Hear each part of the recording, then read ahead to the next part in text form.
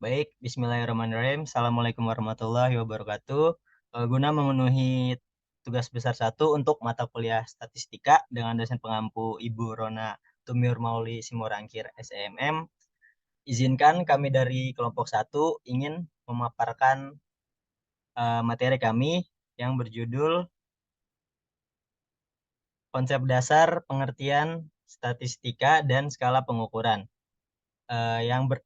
Kelompok kami beranggotakan saya sendiri Muhammad Akrom, ada Aprilia Dewi Herawati, ada Khalid Hafiz Muzaki, Deva Pratama Nur Fauzi, Tirta Riyadi, Rifan Aditya Saputra, dan Dila Ayu Ananda. Baik, di sini saya akan menjelaskan materi yang pertama yaitu tentang pengertian statistika. Statistika adalah ilmu tentang pengolahan dan analisis suatu data hingga penarikan kesimpulan dari data tersebut, menurut Marsudi tahun 2003. Sedangkan statistik merupakan hasil pengolahan dan analisis dari data itu. Berikutnya ada pengertian lain dari ilmu statistika, yaitu yang pertama ada data dan datum, yang berdefinisi sekumpulan informasi yang diperoleh dari suatu pengamatan informasi yang didapatkan bisa berupa angka-angka. Berikutnya ada populasi, yaitu kesalahan objek yang akan diteliti disebut populasi. Sedangkan bila tidak seluruh objek diteliti, melainkan hanya sebagian dari yang seharusnya diteliti, maka sebagian objek penelitian disebut sampel. Berikutnya, statistika terbagi menjadi 2 jenis, yaitu yang pertama ada statistika deskriptif, yaitu statistika deskriptif merupakan metode statistika yang digunakan untuk menggambarkan atau mendeskripsikan data yang telah dikumpulkan menjadi sebuah informasi. Contohnya ada yaitu Bank Rakyat Indonesia pada tahun 2007 menyalurkan kredit sebesar 90 triliun dengan laba operasi mencapai 4,26 triliun dan menjadi emiten terbaik pada tahun 2007. Dari contoh yang telah diberikan, statistika deskriptif menguraikan apa yang terjadi tanpa menarik sebuah kesimpulan. Berikutnya ada statistika induktif. Statistika induktif ini adalah metode yang digunakan untuk mengetahui tentang sebuah populasi berdasarkan suatu sampel atau contoh dengan menganalisis dan menginterpretasikan data menjadi sebuah kesimpulan. Contohnya, yaitu pedagang jeruk mengatakan bahwa jeruknya manis. Untuk membuktikan bahwa jeruknya manis, pelanggan diberi 1 buah untuk mencoba. Setelah 1 buah ternyata jeruk tersebut manis, maka pelanggan memutuskan untuk membeli 1 kilo yang berisi 9 buah. Pelanggan yakin bahwa 9 jeruk yang dibeli itu isinya manis semua, hanya dengan mencoba 1 buah. Dari contoh tersebut bisa disebut dengan menarik kesimpulan dari populasi berdasarkan contohnya jeruk yang dibeli tadi itu adalah populasi, sedangkan 1 jeruk yang dicoba merupakan sampel. Berikutnya akan dijelaskan oleh teman saya.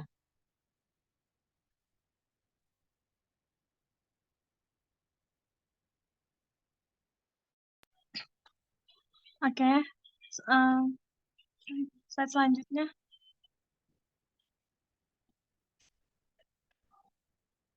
Data kualitatif. Pengertian dari data kualitatif adalah jenis data non-angka atau tidak dapat diproses dalam bentuk angka. Data ini pada umumnya hanya bisa diamati dan dicatat sehingga menghasilkan sesuatu informasi. Teknik pengumpulan data kuantitatif ada 3. Yang pertama, focus group discussion, yang merupakan metode penghimpunan data melalui rangkaian diskusi bersama sekelompok narasumber. Lalu yang kedua ada observasi, yaitu dalam metode ini biasanya peneliti akan melakukan pengamatan secara langsung kepada objek penelitian. Dan yang ketiga ada wawancara, yang merupakan teknik pengumpulan data kualitatif dengan mengajukan sejumlah pertanyaan kepada para narasumber seputar topik penelitian. Menganalisis data kualitatif dibagi menjadi 3, yaitu reduksi data, yaitu tahap pertama dalam melakukan metode analisis data kualitatif. Dalam hal ini perlu menyederhanakan data yang ada sehingga menjadi himpunan informasi sederhana dan sesuai dengan kebutuhan penelitian. Lalu ada penyajian data. Setelah tahap reduksi, yang perlu dilakukan yaitu dalam teknik analisis data kualitatif adalah menyajikan data. Bentuk penyajiannya pun beragam, entah itu berupa chart, grafik, piktogram, dan lain-lain. Dan yang ketiga, penarikan kesimpulan. Tahap ini adalah tahap selanjutnya dalam metode analisis data kualitatif. Saat susunan data telah disajikan, maka Anda dapat membuat sesuatu kesimpulan yang akan menjadi informasi penutup dalam laporan. Next, data kuantitatif. Kuantitatif adalah informasi yang didapatkan dari hasil penelitian, bersifat terstruktur atau berpola dari suatu riset sehingga dapat dibaca lebih mudah oleh peneliti. Jenis-jenis data kuantitatif ada dua. Yang pertama data diskrit atau nominal. Data diskrit merupakan data yang hanya bisa digolongkan secara terpisah atau dibentuk dalam kategori-kategori. Secara umum, untuk mendapatkan hasil dari data ini harus dilakukan dengan perhitungan.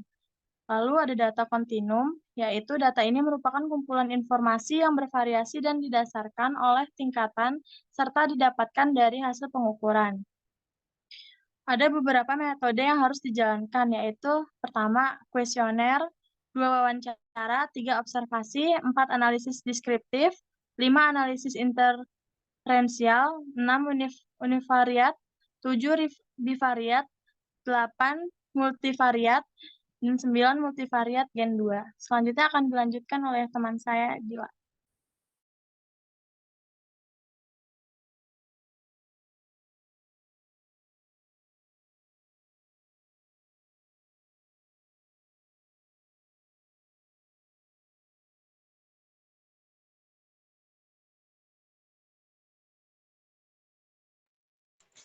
Ya, di sini ada data kuantitatif dan kualitatif. Memiliki karakteristik sebagai data. Dalam penelitian,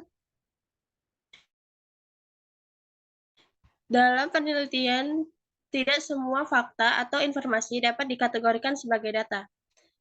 Dapat di beberapa karakteristik yang menjadi syarat baiknya suatu data agar nantinya data yang diperoleh dapat dianalisis dan ditafsirkan dengan baik. Ya, di sini ada beberapa karakteristik. Yang pertama ada objektif. Berarti data harus bersifat apa adanya dan sesuai dengan keadaan sebenarnya. Tidak dapat dimanipulasi oleh pihak manapun. Yang kedua ada representatif. Dalam melakukan pengumpulan data, tidak semua data dapat diambil mengingat jumlahnya yang sangat banyak. Oleh karena itu, pentingnya untuk memperoleh data yang bisa mewakili keadaan ada relevan. Relevan memiliki arti bahwa data yang diperoleh harus sesuai dengan permasalahan yang akan diteliti dalam penelitian. Yang terakhir ada tepat waktu. Tepat waktu atau up to date berarti data yang dikumpulkan harus dapat sesuai dengan pengembangan waktu. Next.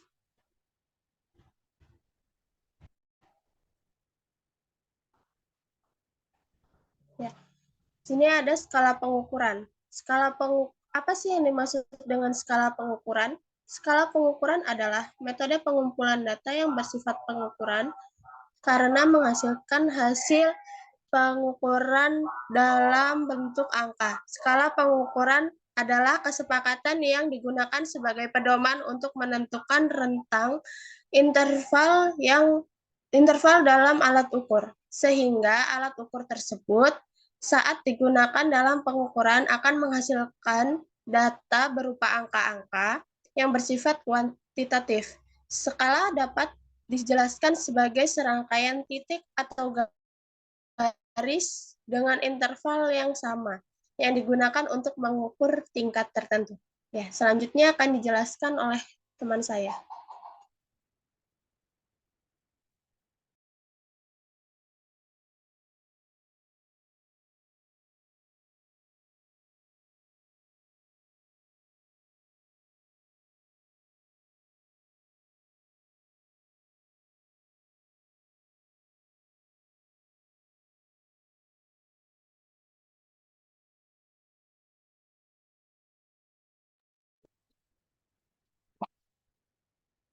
Oke, baik. Saya akan menjelaskan proses pengukuran. Ya, proses pengukuran ada 2 tahap.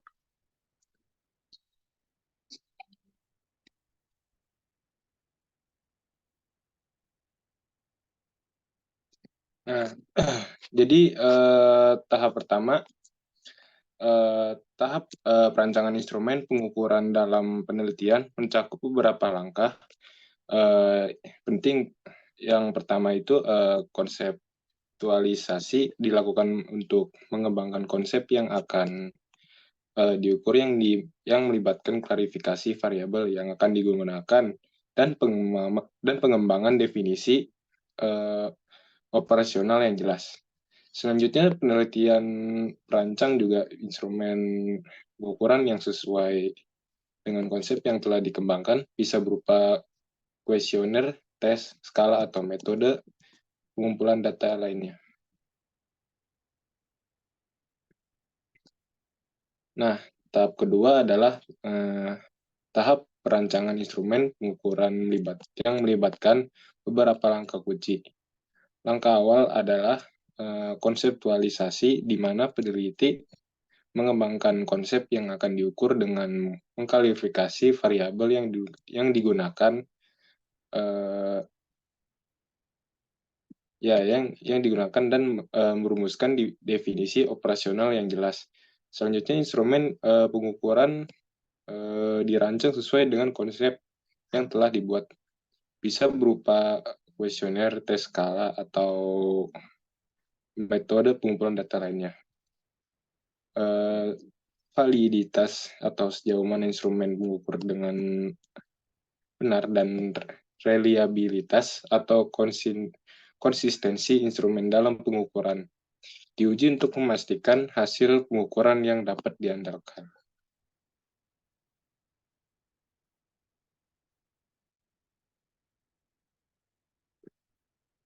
Lalu di sini ada jenis-jenis skala pengukuran.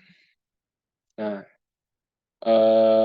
di sini ada Stephen berkata dalam Singarimbun dan Effendi 1989 nomor 101 sampai 104, Irawan 1999 nomor 88 sampai 91, dalam Tahir tahun 2011 nomor 2011 dan 48 membagi skala pengukuran penelitian sosial menjadi 4 kategori, yaitu ada 4: skala nominal dan skala ordinal, skala interval, dan skala rasio. Selanjutnya dijelaskan oleh teman saya.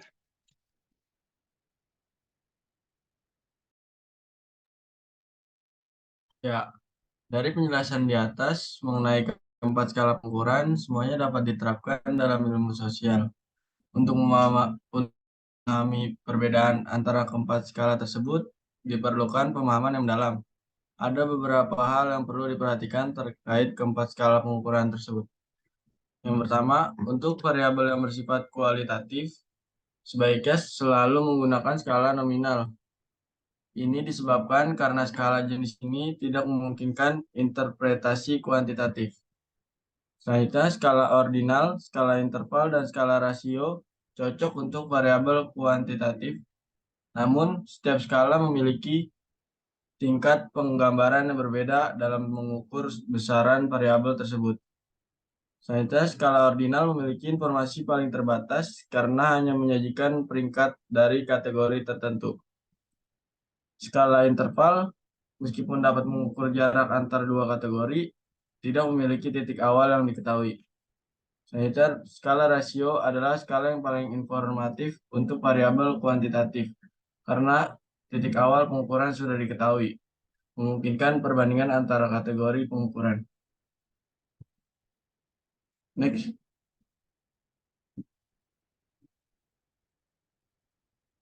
Selanjutnya akan dijelaskan oleh rekan saya. Baik, terima kasih. Saya di sini akan menjelaskan tentang studi kasus. Yang pertama ada studi kasus dari skala rasio. Studi kasusnya melibatkan pengukuran berat badan. Misalkan kita memiliki dua orang, A dan B, yang kita ukur berat badannya dalam kilogram. Berat badan A 70 kg, berat badan B sebesar 50 kg. Sekarang mari kita hitung rasio berat badan A terhadap berat badan B. Rasio berat badan A terhadap B sama dengan berat badan A, berat badan B. Rasio berat badan A terhadap B sama dengan berat badan A, berat badan B, berat badan A.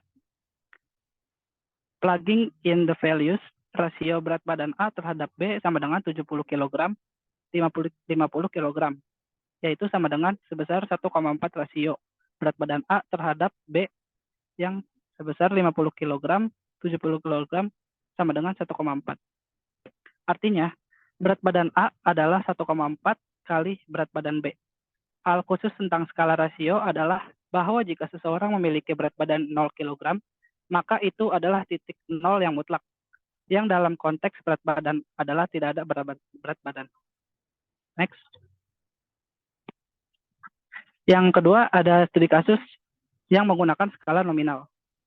Studi kasus menggunakan jenis kelamin. Misalkan kita melakukan survei di sebuah kampus dan mengumpulkan informasi tentang jenis kelamin. Responden yaitu laki-laki dan perempuan. Responden 1 yaitu laki-laki. Responden 2 yaitu perempuan. Responden 3 yaitu laki-laki. Responden 4 yaitu laki-laki. Dan yang terakhir responden 5 yaitu perempuan. Dalam kasus ini, jenis kelamin adalah contoh skala nominal. Kita dapat mencatat jenis kelamin setiap responden, tetapi tidak ada hubungan urutan atau tingkat antara laki-laki dan perempuan dalam konteks skala ini. Kita dapat mengatakan bahwa laki-laki lebih besar atau lebih kecil daripada perempuan. Dalam arti yang bermakna, skala nominal yang penting dalam statistik dan penelitian sosial, terutama ketika kita ingin mengelompokkan data menjadi kategori-kategori yang berbeda tanpa menilai tingkatan atau peringkat di antara mereka. Sekian, terima kasih dari kelompok 1 yang membahas tentang konsep dasar pengertian statistika dan skala pengukuran. Kurang lebihnya mohon maaf. Assalamualaikum warahmatullahi wabarakatuh.